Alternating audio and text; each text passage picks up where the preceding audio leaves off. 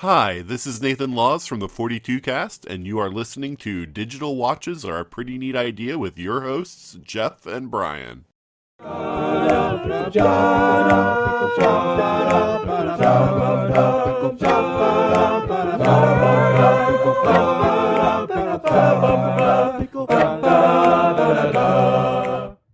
Hi there, this is Jeff. I'm with my friend Brian, and we'll be talking about the Hitchhiker's Guide to the Galaxy in all its forms. But before we do that, let's listen to a message from one of our proud sponsors. This is Sheila from Sheila's Ear. Let me tell you what I've heard. The Lamuella Knife Company is proud to announce the release of Strinder, the toolmaker's perfectly normal knives. Proper tools are crucial when making a sandwich. Perfectly normal knives have suppleness, strength, keenness of edge, and balance. The Sandwich Maker collection contains 3 knives. First, the knife for the slicing of the bread. It is a firm, authoritative blade which imposes a clear and defining will on a loaf. Next is the butter spreading knife. It is a whippy little number, but still with a firm backbone to it. The combination of flexibility with a core of strength is exactly right to achieve the maximum smoothness and grace of spread. The chief amongst the knives in this collection, of course, is the carving knife. This knife does not merely impose its will on the medium through which it moves, it works with it. It is guided by the grain of the meat to achieve slices of the most exquisite consistency and translucency that will slide away in filmy folds from the main hunk of the meat. For a limited time, if you act now, you will receive a 4th and altogether plainer knife at no additional charge for cutting the sandwich in half. Hey Brian, how you doing today? I'm doing great, Jeff. How are you? Well, I'm feeling neglectful. Neglectful? What did you neglect? I neglected to look at some of the notes that I had about the trading cards and do them in the last issue of books for the Hitchhiker's Guide to the Galaxy. So what I'm going to do is, even though the card series came out in conjunction with the Hitchhiker's Guide to the Galaxy, some of the cards that I thought were interesting that I didn't use the last time, Okay. I'm going to show them to you at the beginning of each of these issues before we get into the book. Okay. Sounds fair. Then we can feel better about ourselves. That's right. So we are going to talk about the comic book, The Restaurant at the End of the Universe. Like the Hitchhiker's Guide to the Galaxy, it is 3 issues. Yes.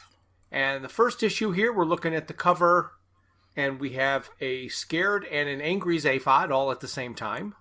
Mm-hmm. We have some ships in the background that remind me of Yoda. Yeah. Okay. Marvin is looking depressed, and Arthur is frightened and shaking his tea. Yes, he is. It's interesting. The header, or the title on this volume, is reminiscent of the other volumes, Yes. but definitely different. It doesn't have Arthur and doesn't have Vogons at the top of the screen. Yes. It has the little planets that are represented there, Right. but there are no Babel fish. No or Babel fish, no terrifying character. fish. No, not at all. So we're already off to a bit of a different start. Yes. It almost looks like Marvin's outfit's a little tiny bit different. I don't remember him wearing more like tuxedo-looking colors. Well, this might be when he was employed at the restaurant. There you go. They made him wear a tux. Yes. And that's funny. I'd forgotten how they resolved that question in the restaurant compared to all the different versions we've listened to. Yes, it's easy to get confused. Yes, well, of course, in the radio show, they left him, and he shows up in the car park. Right. And So now I'm curious. Now I'm trying to get my memory back in line. I can't remember. How do they don't they take him with them on? Isn't he on the Heart of Gold with them now? I don't remember. Well, look at this. It's like we're going to experience it again for the first time. Deja vu all over again. Yeah. So like I mentioned, I'm going to show a couple of cards, but a little bit more information about the cards. It comes from a company called Cards, C-A-R-D-Z. Again, published in 1994. There's a base set of 100 cards. It came 24 packs per box and 8 cards per pack. Mm-hmm. They did have some randomly packed Tech Chrome cards, some holograms, Wow. and 1 in every 864 packs apparently contained a card with Douglas Adams' autograph on it. Oh, wow. You weren't lucky enough to get one of those, were you? I do not have one of those. No, I do not. Bummer. I know how much of a completist you are when it comes to these trading cards. So tell me, I don't recall us doing a lot of collecting back in the day, and this would have been before your major collections, wouldn't it? Oh, yes. This came out a couple of years before I was into trading cards. Right. So were you able to purchase boxes of these cards like we used to?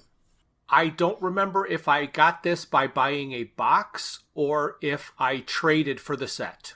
There you go. Because I had a lot of extras. Right. I know we did a bunch of different things. And of course, when you and I were collecting similar sets, we would buy, maybe 3 boxes and open up all the different packages to create collections and end up with lots and lots of extras and, full sets of the regular set looking for the magic card that we never really got. Yes. So that said, we're going to move to the first card. And all right. These had nothing to do with anything that was in the first book. So this is called Marvin at the Beach. So, oh my gosh. This is Marvin standing under an umbrella. Mm-hmm. And looks like a kid is afraid, a woman is waving at him, and a man is shaking his fist at him. So Right. And I love how the characters in the background in some of these scenes really have that reminiscence of Mad Magazine, Yes. That kind of cartoonishness. Right. So the card back says, the blazing sun, the cooling surf, and who better to spend it with than Marvin, your own chronic depressive plastic beachside pal. Here we're treated to a lovely surfside view as he tests the waters for his future ex-owners. So long, we're out of here. Maybe that's what they're doing, waving goodbye. That's right. And the next card is Marvin Saves the Universe. And this one looks like it has the woman from Women Were Real Women. Right. Superwoman kind of look to her with a suit on, and she's holding a blaster, and they look like they're on that cross between that dragon planet and the dinosaur planet or something, don't they? Yes, yeah. It's kind of hard to tell where they are, but yeah, it's got dragons and some kind of creatures with teeth and a floating city in the background. Mm-hmm. Marvin's it's got regalia on, including a quite lethal-looking sword. Yes. But is he pointing at something and shooting a laser beam? Or I can't quite tell.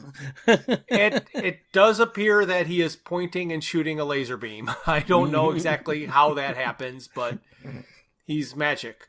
That's right. So this card says, Marvin on Saving the Universe. I think you ought to know I'm not feeling very heroic at all. Here I am, brain the size of a planet, and it's save the beautiful space princess, Marvin. Overthrow the evil despot, Marvin. It's quite depressing, really. Oh, very good, very good. And the next card is called Marvin, Every Kitty's Pal. Oh my gosh. How did they make him look like it before it exactly existed? Right. I don't know. Holding a single my balloon gosh. with a bunch of Uh-huh. scared children around him. Yep, they look like the little rascals down there. Yeah, The one it kid does. looks like hair like Eddie Munster or something. Yes. Yeah. Oh my gosh, that's funny. But he's carrying a balloon with a little red nose and a painted on smile. Right. Big red shoes. And it says, nothing ends a children's birthday party faster than an appearance from Marvin, the paranoid android. Just paint a happy face on Marvin, let him tell his horrid tales of depression, and start counting the presents and empty chairs. Oh, and the more I look at it, does that look like a young Ford on the bottom left? Yes, yes, it does. Oh gosh, that's funny. The next card is called Marvin's Brain. So here, Oh, it's kind there he's definitely looking like Frankenstein. Yes, Monster, he does. I should say. Right. His shoes are elevated, and they look like Yep. the giant feet, and the characters in the background are a woman and a man dressed in looks like lab coats. Lab coats, right. And Marvin's kind of hunched forward posture.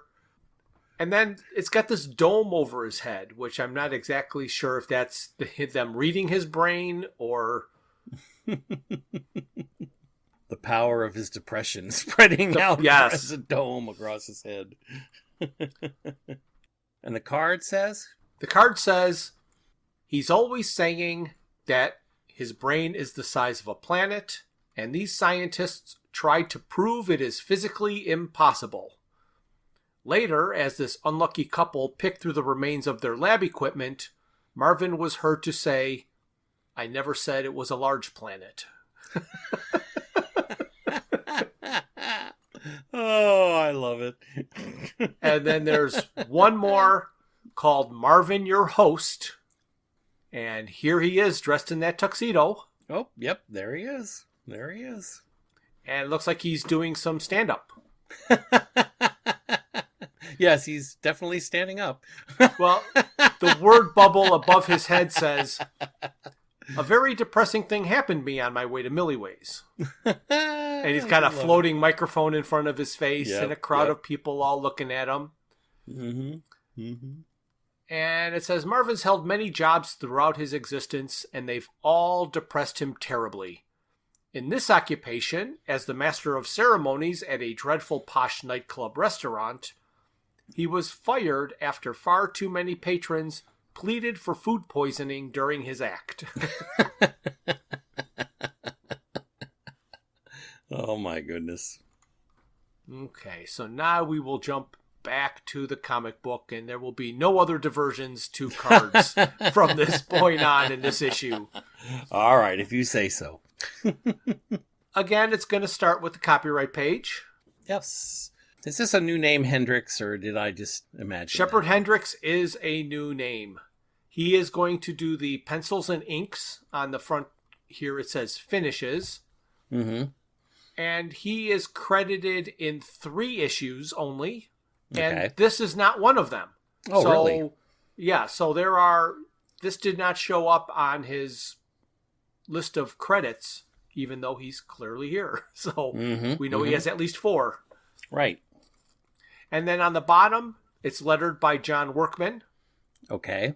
He's credited with 1,788 issues. So Wow. he's done a lot of lettering.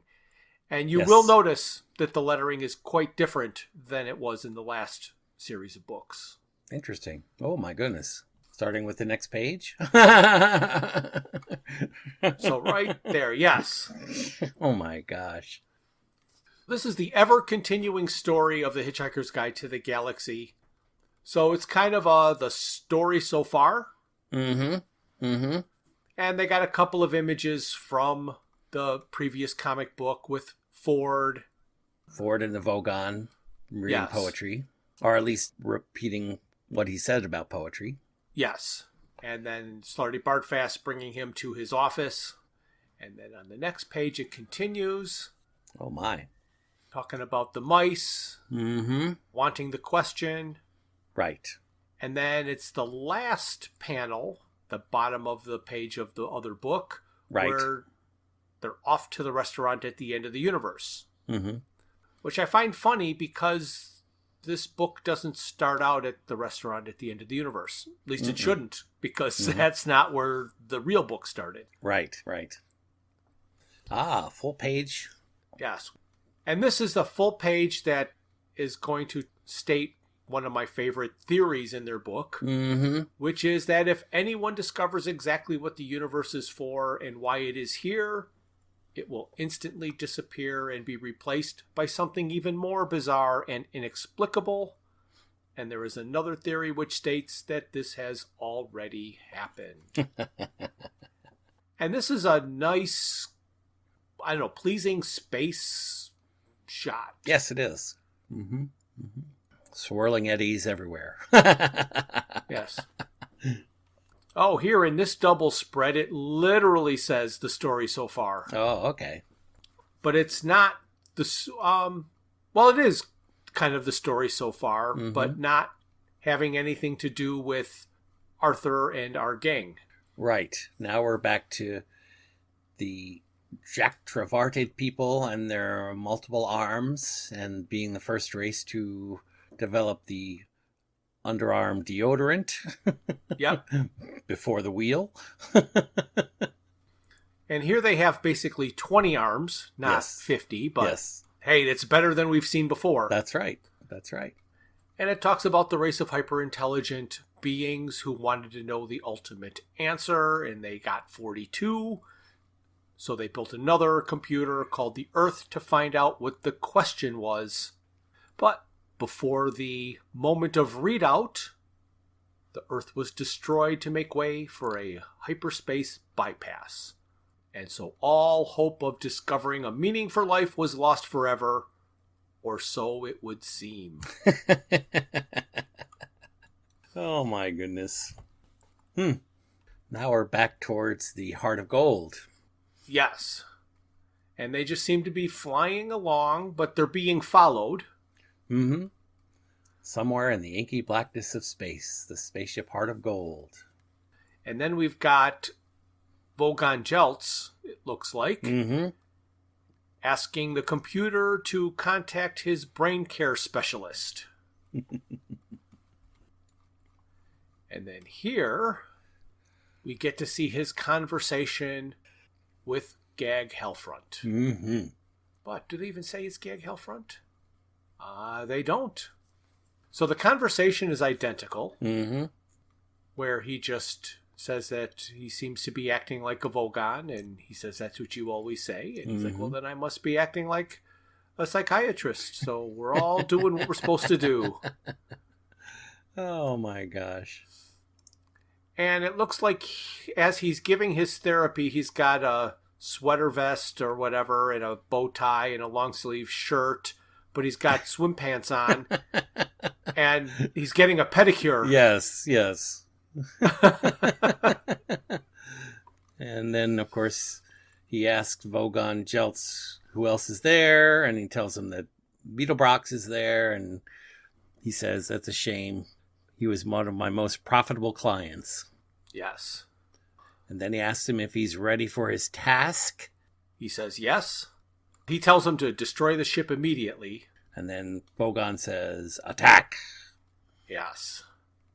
And then we go to the ship that's going to be attacked, and all just seems pretty boring. It's Arthur trying to get some tea. And he's very disappointed with it.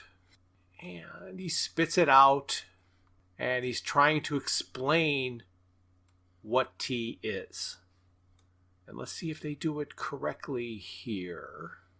Nope, he does not ever utter the question simply like, do you know why I want a cup of tea? And that was the one that bogged down the computer in the radio show. Mm-hmm. It's asking, you know why I want a cup of tea?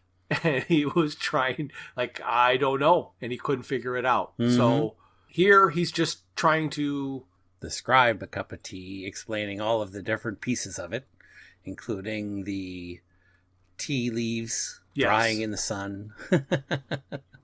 And boiled.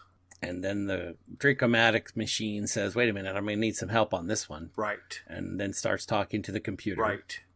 And Arthur asks if there's anything else he can do, and he's told he's done quite enough. All right. And so then at the very end, it basically says that the Nutramatic explained T to the ship's computer, and the computer boggled linked circuits with the Nutramatic, and together they lapsed into a grim silence. The next page, it looks like Arthur has made it back to the bridge. Which is still fetchingly redesigned. Yes. Here it looks more like a garden tea set or something Yeah, like that. Because Trillian's sitting at a table on a chair, and Ford's banging on a computer terminal, looks like. And Zaphod seems to be sitting in some kind of a driver's seat of some sort, or Yes. along those lines anyway. And Arthur comes in and asks if anyone has a kettle, and they're all frantically trying to do something because they're under attack. Mm-hmm. And they're saying, and the problem is the computer's jammed up with something, so they can't do any evasive maneuvers. Mm-hmm. And Arthur wants to know if the computer told them what's jamming it up. Didn't rat me out, though, did it? Yeah.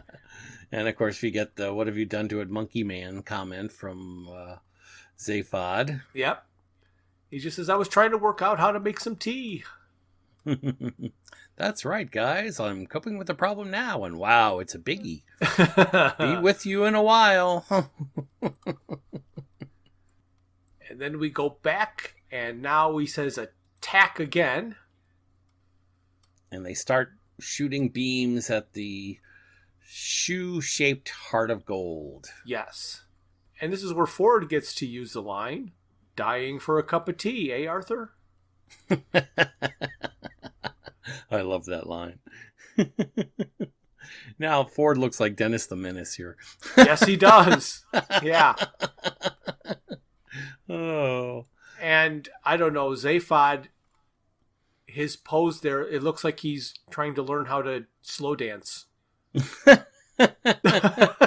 It's interesting how the art changes over each different comic. Right. Here, the lines are far simpler, and the chiseled nature of the characters kind of disappears. Like, I don't want to say less time was spent creating the images, but they do seem a tad bit simpler. Yes. Yes. Overall. I agree.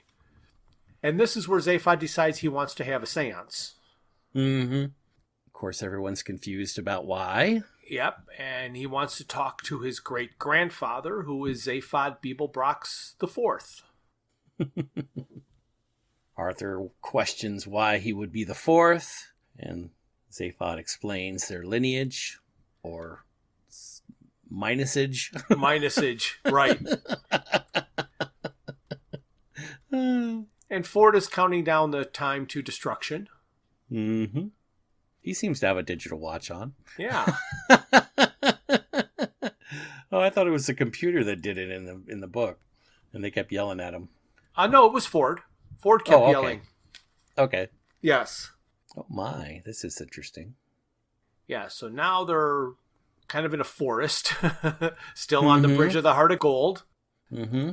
They're calling for Zaphod Beeblebrox IV, and as soon as Zaphod says, dead people, who needs them, he realizes that he's there. Right. It's interesting. I'd never seen him depicted. Well, I don't know that we see him depicted in anything except this. And here he has two heads. He has two heads. So I was actually happy to see this, and he's only got two arms, because they talk about Zaphod having that third arm added. Mm-hmm. Mm-hmm. And his great-grandfather is telling him how disappointed he and his late grandmother are. And he's apologizing for not sending flowers because the shop was fresh out of wreaths. Oh, yes, the living. What contempt for the dead. Yes. And of course, then he starts panicking because they're under attack. Right. By a Vogon fleet. And it was one ship. And of course, his grandfather says, doesn't surprise me in the least. Right. Ford's still counting. He's down to 1 minute, 30 seconds. Mm-hmm. And his great-grandfather is still chastising him, saying, you go swanning around the galaxy with your disreputable friends, too busy to put flowers on my grave. Plastic ones would have done. But no, too busy, too modern, too skeptical. Till you find yourself in a bit of a fix, of course. Mm-hmm. I'll have to think about this one. Yeah. Oh. And Ford's counting again. 1 minute 10. Then grandfather asks what's the numbers all about, and Zaphod explains that that's how much time they have left to live. Right. Great-grandfather's asking him what he's made of his life, and he's going, I was president of the galaxy. And what kind of job is that for a Beetlebrox, he says. Yes. Ford's counted to 50 seconds, and great-grandfather's saying, have you forgotten why you became president? And he's saying, yes, I have. He goes on to explain that if they found my head full of tricksy ideas, I'd been out on the streets again with nothing but a fat pension and 2 slit throats. Right.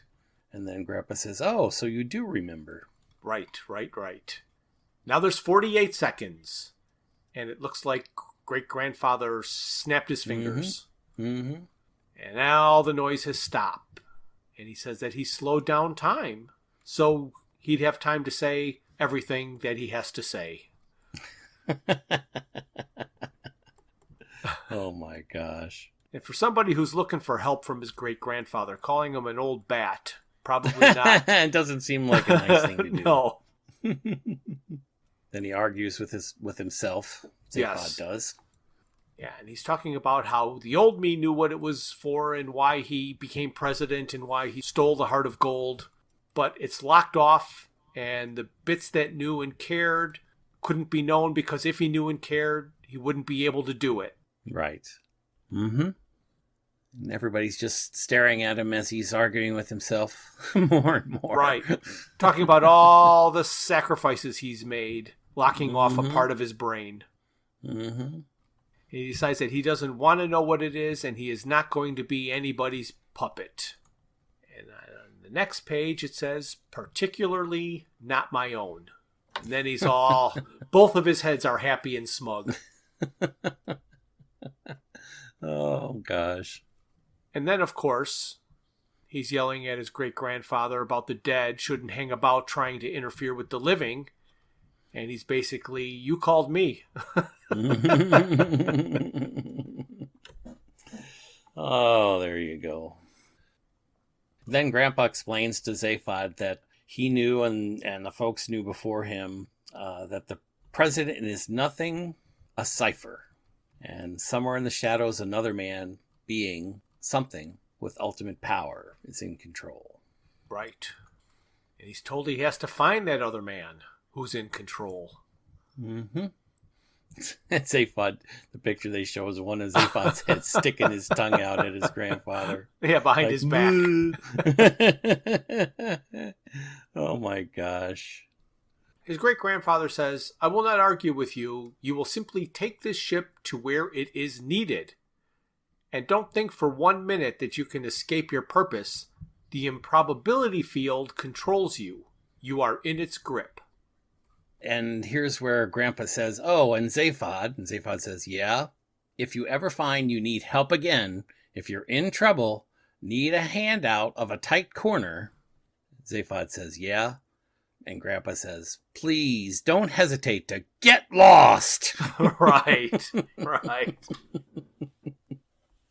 then the next page, you see ziquack and poof. And it appears like there's a large explosion in space. Yes, so at the exact moment that the great-grandfather poofed them out of existence, Mm-hmm. the Vogons believe they destroyed the ship. Mm-hmm. So you've got the brain care specialist on the bottom. Right. Watching it all on some sort of portal. Mm-hmm. Like a bubble kind of projection. and his manicurist is now pouring him a drink. Yes. And now I'm going to say this with certainty. This line is not in the book. Oh, no. How dare you? So the brain care specialist is saying, yes, excellent. The psychiatric profession is saved. No more ultimate question. No more ultimate answer. Here's a toast to life, the universe, and everything, and all the highly profitable patients who can make head or tail of it. And then he laughs maniacally. Yep, just like that. Perfect. I will agree wholeheartedly. That is not in the book. Right. Oh my gosh. So now we're on the Heart of Gold, and Ford is looking over toward where Zaphod used to be and saying, family's always embarrassing. Zaphod? Where's Zaphod? Yep, he notices Zaphod is gone. Mm-hmm. Yeah. Where's Marvin? Marvin's gone too. And then he says, Eddie, where are we? And that's funny because did we get Eddie out of it at all? I mean, I know we talked about it before. I don't think the comic books has mentioned Eddie as the computer. Yes, Eddie has said his name. Point. Oh, did he say Yes. his name in the last Eddie book? has said his name in the last book, yes. Okay. And Eddie regrets to tell them that he's been temporarily closed to all communication. Meanwhile, here's some light music. And then Arthur picks up something and he said, someone's left a note. And Is that a Trillian pun? says, what? Yeah.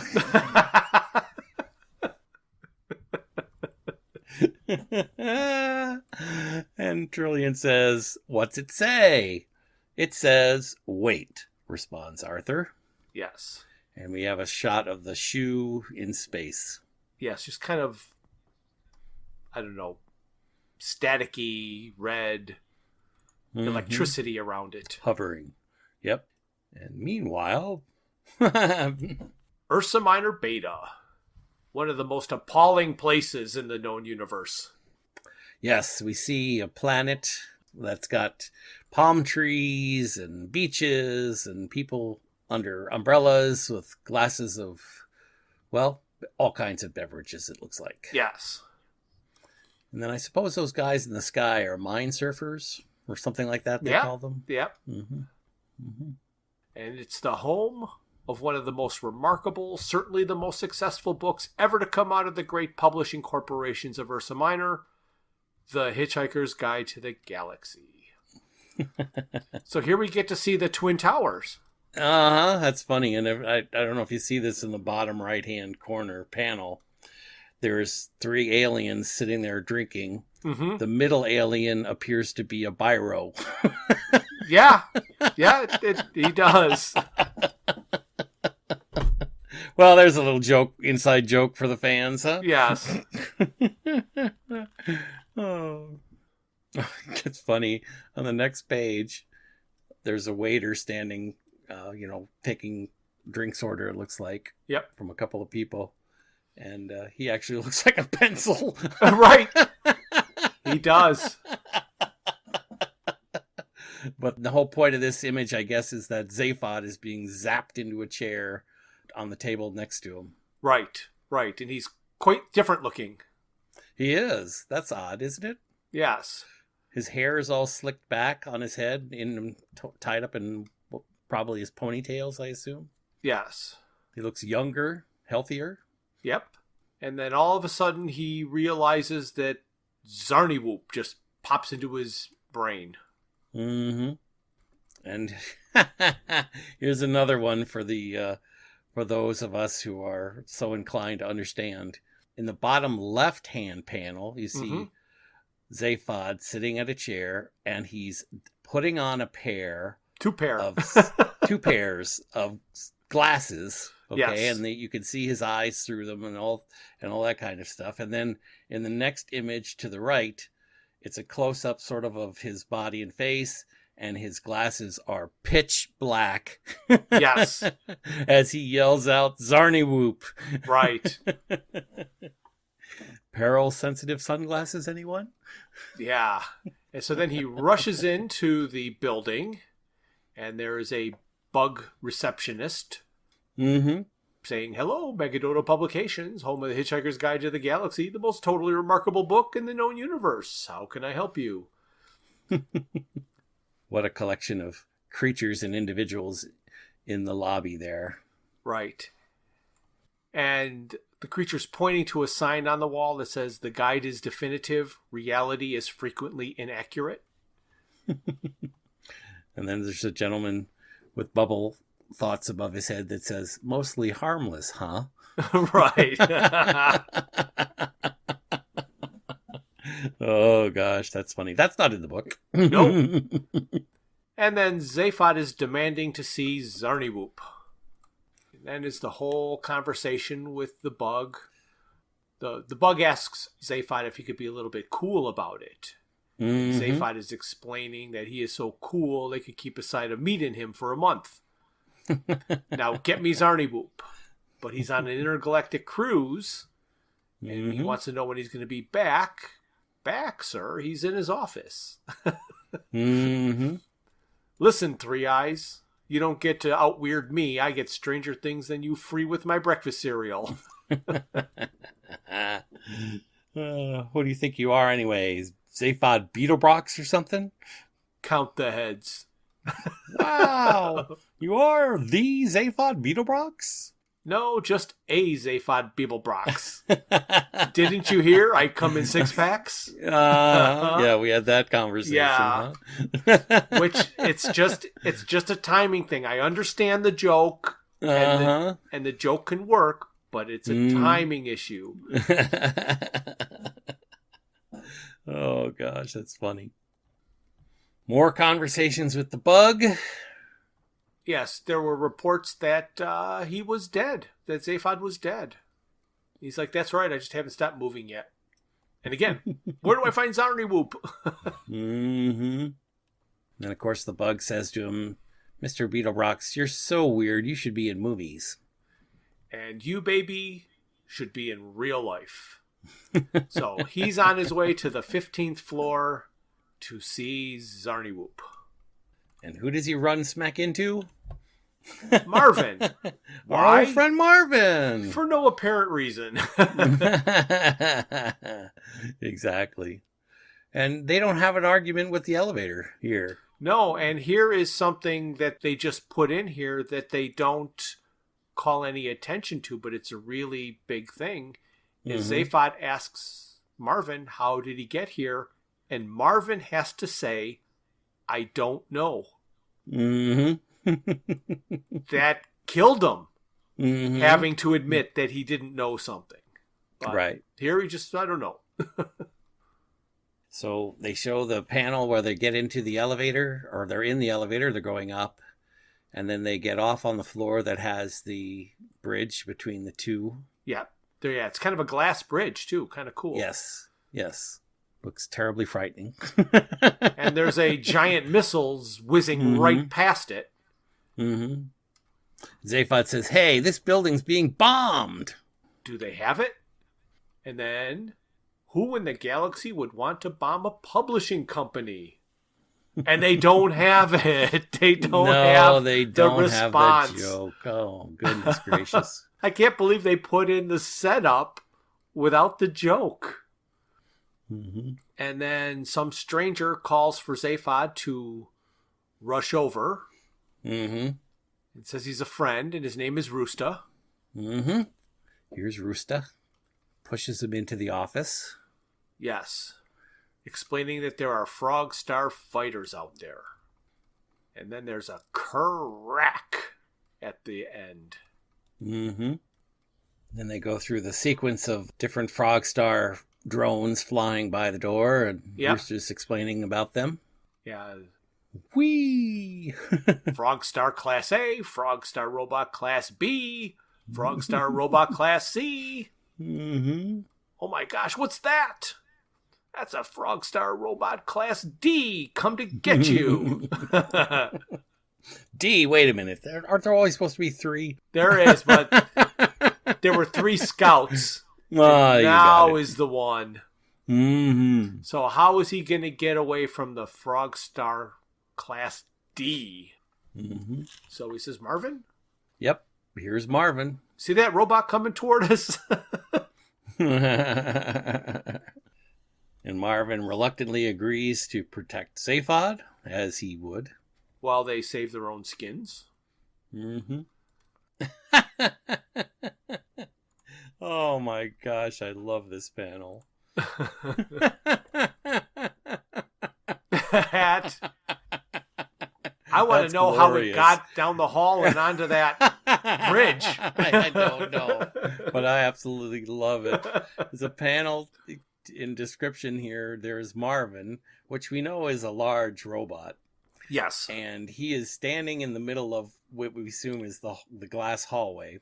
Right. And this robot attack droid is straddling the entire width of the panel. Huge wheels, multiple guns, and what looks like an eyeball on a stalk. Right. Comes out to speak to Marvin. And says, out of my way, little robot. And then Marvin says, oh, no, I'm afraid I've been left here to stop you. You? Stop me? Okay. What are you armed with? Guess. Laser beams? Antimatter ray? Oh, far too obvious. How about an electron ram? Ooh, what's that?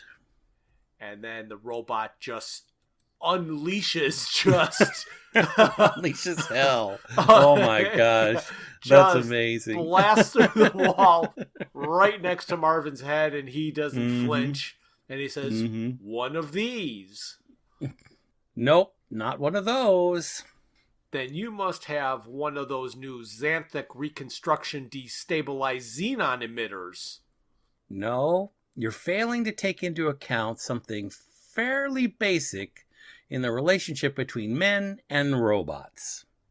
They left me, an ordinary menial robot, to stop you, a gigantic, heavy-duty battle machine, while they ran off to save themselves. What do you think they'd leave me with? Something pretty devastating, I should expect. I shall tell you. Yes, all right. Nothing. Nothing?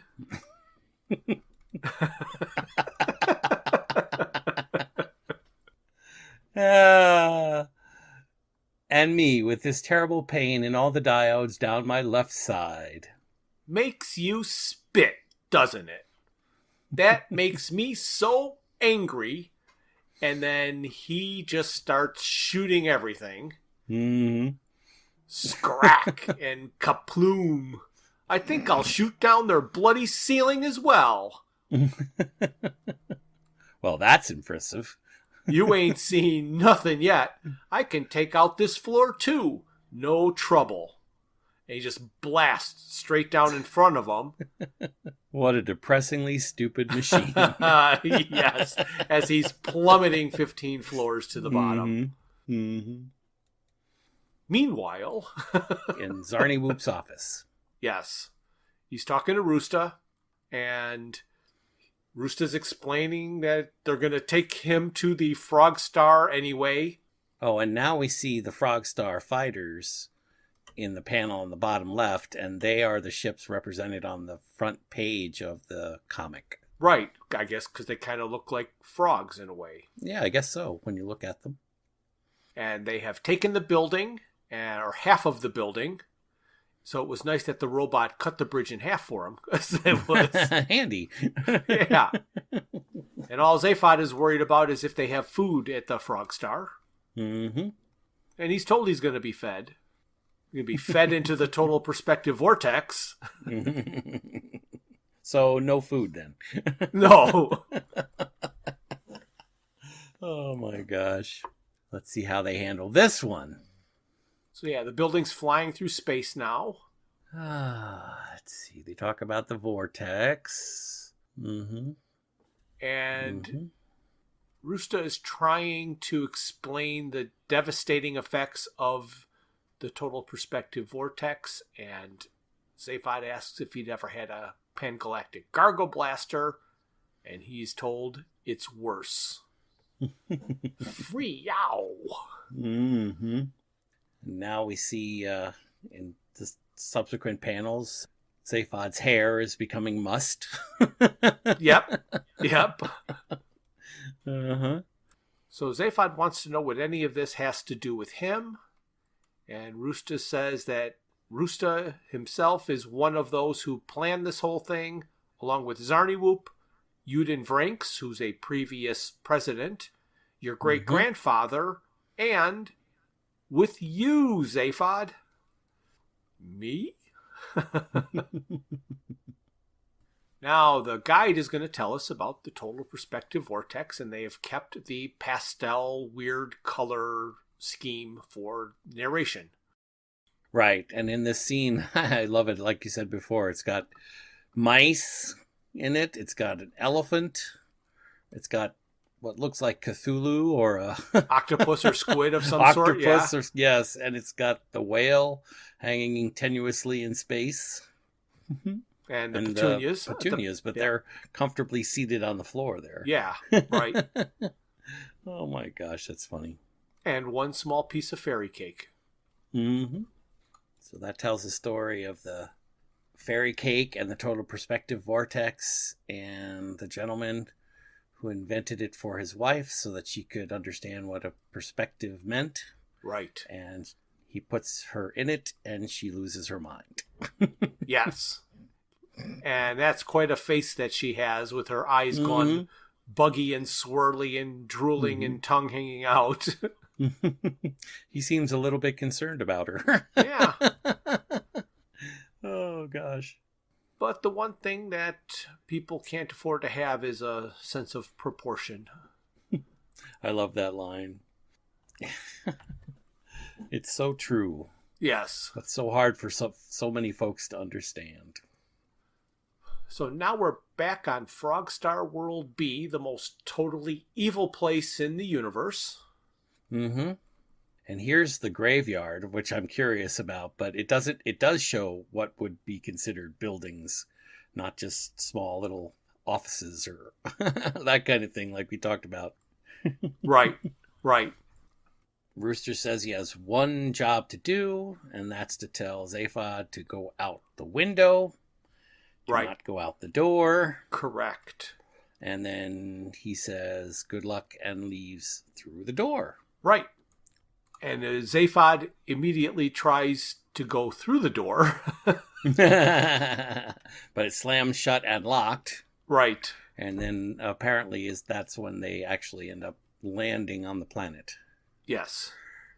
And then Zaphod takes a tumble. And it looks like the door popped open. Right. But he looks out the door for a moment and then finds a way out through the window. And that building's at a precarious, pretty steep angle. It is a very steep angle there. That's for sure. But he's hanging onto the ledge. Oh, and he meets a couple of birds that talk to him. Mm-hmm. Tells them to go away, and they say, okay. Then there's a disembodied voice that's right. talking to him, too. Mm-hmm. It's Pizpot Gargarvar, custodian of the total perspective vortex. Right. And then meanwhile, back on the Heart of Gold, we find Arthur and Trillian. Yep. Playing what looks like Scrabble. Yeah. Although the board seems to have gotten upset because they're rocking and swaying. Getting jostled around, yes. And Ford is trying to figure out where in the universe they are. Right. And so back on the Frogstar, Zaphod made it to the bottom of the building. Mm-hmm. He's asked if he is there for the vortex. And Zaphod explains that he's not in any hurry in particular. No. Oh, that's great. And he's told he must follow this disembodied voice, and he wants to know how he can follow him. He tells him, I'll hum for you. Just follow the humming.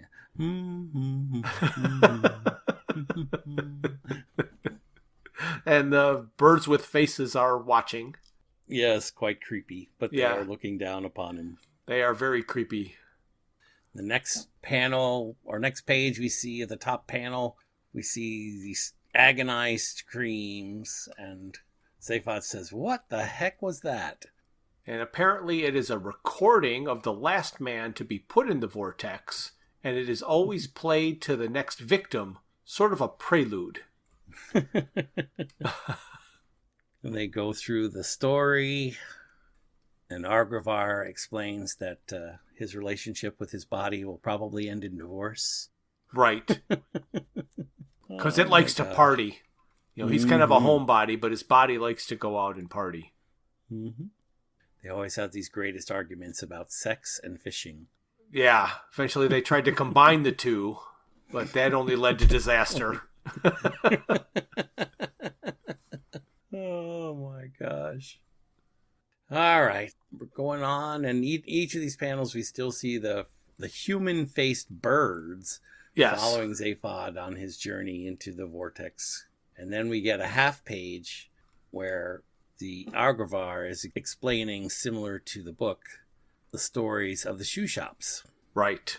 And basically, shoes made people feel better, so there became more shoe shops, and then they became unwearable. And the worse they were to wear, the more people had to buy them. And then you could have nothing but shoe shops until the whole economy passed what is termed the shoe event horizon. And it became economically impossible to build anything other than shoe shops. Oh my gosh, I still think that's great. Yes. And so people were so against shoes and everything, they decided they would never walk on the ground again and mutated into human-faced birds. They cursed their feet and promised never to touch the ground again. Yes. And Ford gets to the vortex and says it doesn't look like a vortex. And he says, "Oh, of course, it's just the elevator." And then he's doing some meditation because he must get himself into the right frame of mind. So here he's kind of at the vortex, and he's asking if that's it, and he wants to know if he's supposed to get in there, and he kind of peeks in, sticks his head in. And click. Yep. Gets locked in, and then a full page panel of Zaphod seeing what the universe is all about with the words, "To be continued." Yes, he is seeing the size and the scope of the universe and his relation to it. Amazing. And then there is the "Be with us next time," as Zaphod emerges from the total perspective vortex. And then one of their favorite panels is in the bottom, and it's inked in here instead of colored in. Oh, right. Where Zaphod is arguing with the three-eyed receptionist. Right. Yeah. It's nice to see the art in stages. Mm-hmm. Absolutely.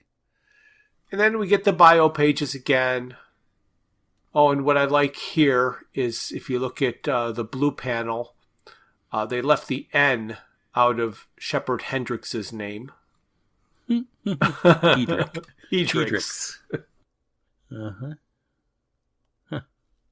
And then, of course, the DC Comic editor's page. And then finally the back cover, where they have the whale, which was from the previous book. I know.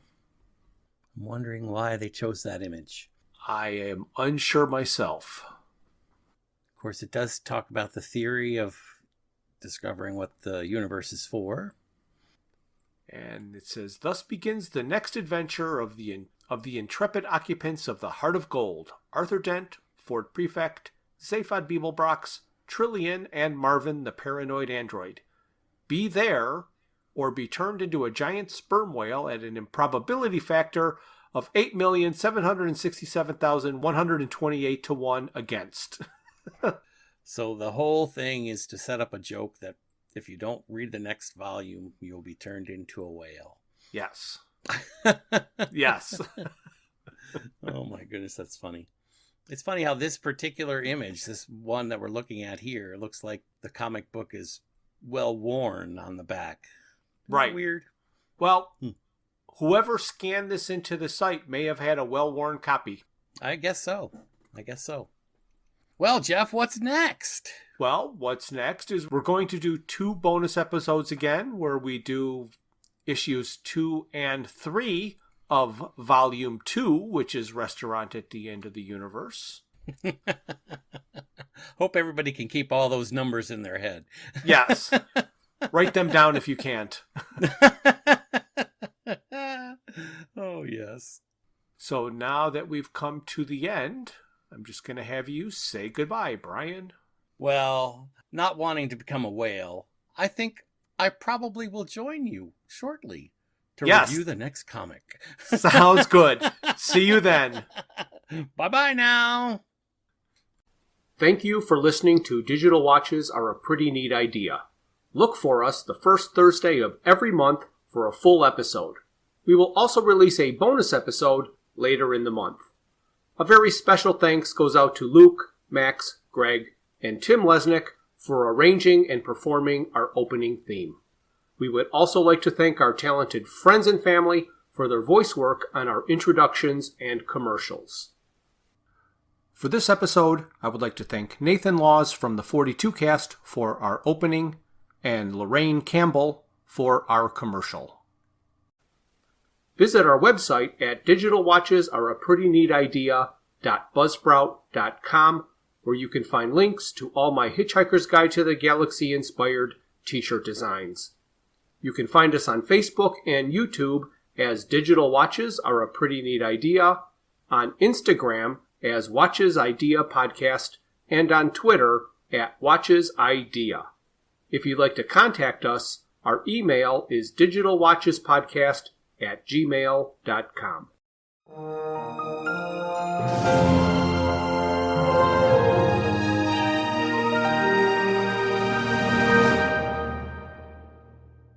This has been a Froods for Thought production.